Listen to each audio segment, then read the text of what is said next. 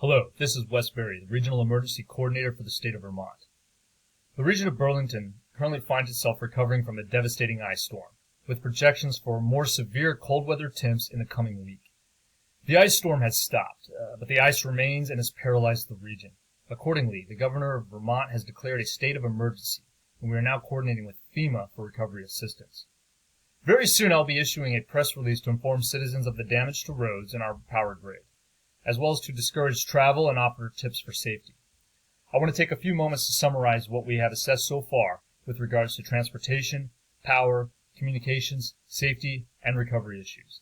But first, I want to go over a few points regarding our efforts. We are coordinating the recovery from the Vermont Emergency Operations Center. This is in Burlington. In my last message, I advised that the governor is seeking federal assistance based on emerging damage assessments. I'm reminding all officials and crews that those assessments are vitally important for emergency management to analyze relief needs. We have some initial data coming in from DOT, Velco, and others, but I just want to stress that we need to keep those updates coming in. Mutual aid agreements under the Emergency Management Assistance Compact, or EMAC, are being pursued. If the President declares a major disaster under the Stafford Act, a joint field office with FEMA will stand up. Nearly all businesses, transportation centers, and public offices remain closed, and we are asking the community to avoid the Burlington Airport and transportation centers. And regarding those transportation concerns, according to V-Trans, major highways and city roads are in the worst possible condition. Ice accumulation is still the main challenge, which has impacted nearly every street, secondary road, and highway. V-Trans is having issues with maintaining operations due to significant ice buildup on the equipment. And even if working properly, V-Trans estimates they will not have enough materials to expedite the treatment of road surfaces. We will also need to focus efforts on bridges and buildings, which may require specialized teams to break the ice buildup. We are worried about structure failure here, and the devastation that could pose. Emergency management assistance is being sought to supplement the equipment shortfalls and materials requirements.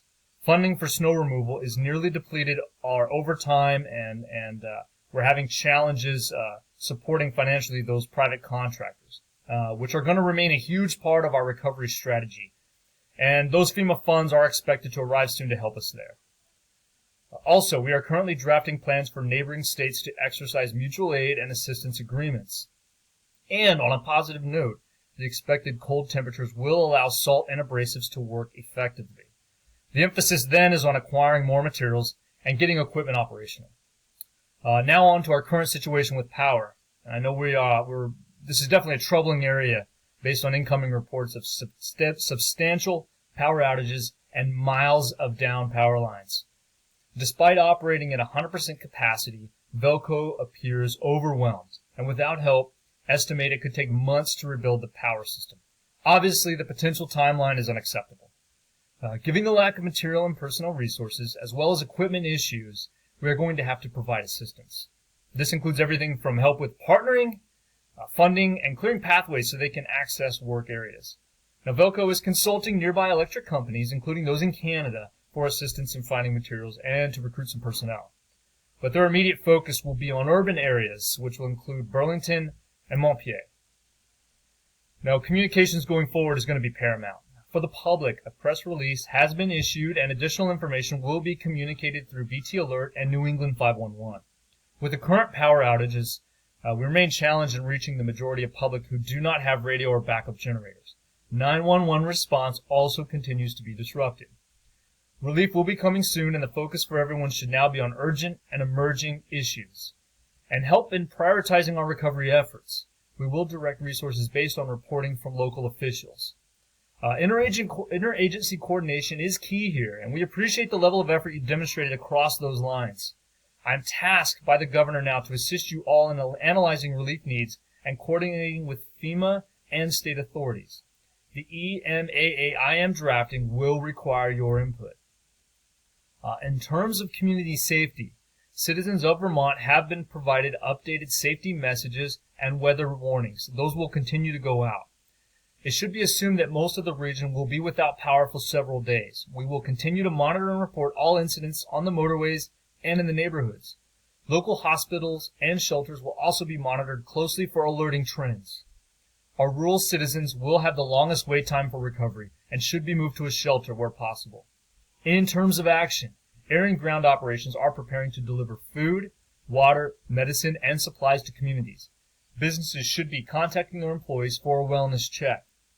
Burlington's elderly and disabled populations remain a concern for this office. We are eagerly anticipating reports from officials and follow-up to orders to move them into shelters where possible. Additionally, I'm looking for an update on those 100 persons who were trapped at the Burlington airport. Moving forward, effectively managing the resources we have available, while seeking out mutual aid and state-to-state assistance, will be chief to our recovery efforts.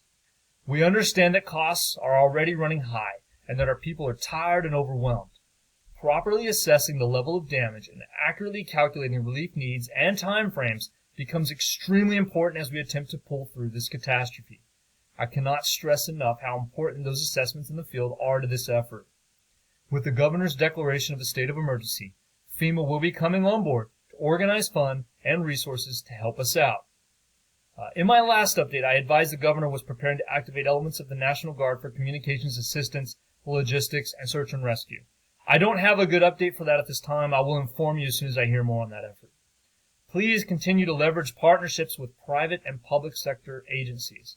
We will consult and include them in our damage assessment and recovery. Lastly, I want to thank you for your time and attention to this message, and I look forward to hearing from each and every one of you on the results of your efforts. Please stay safe.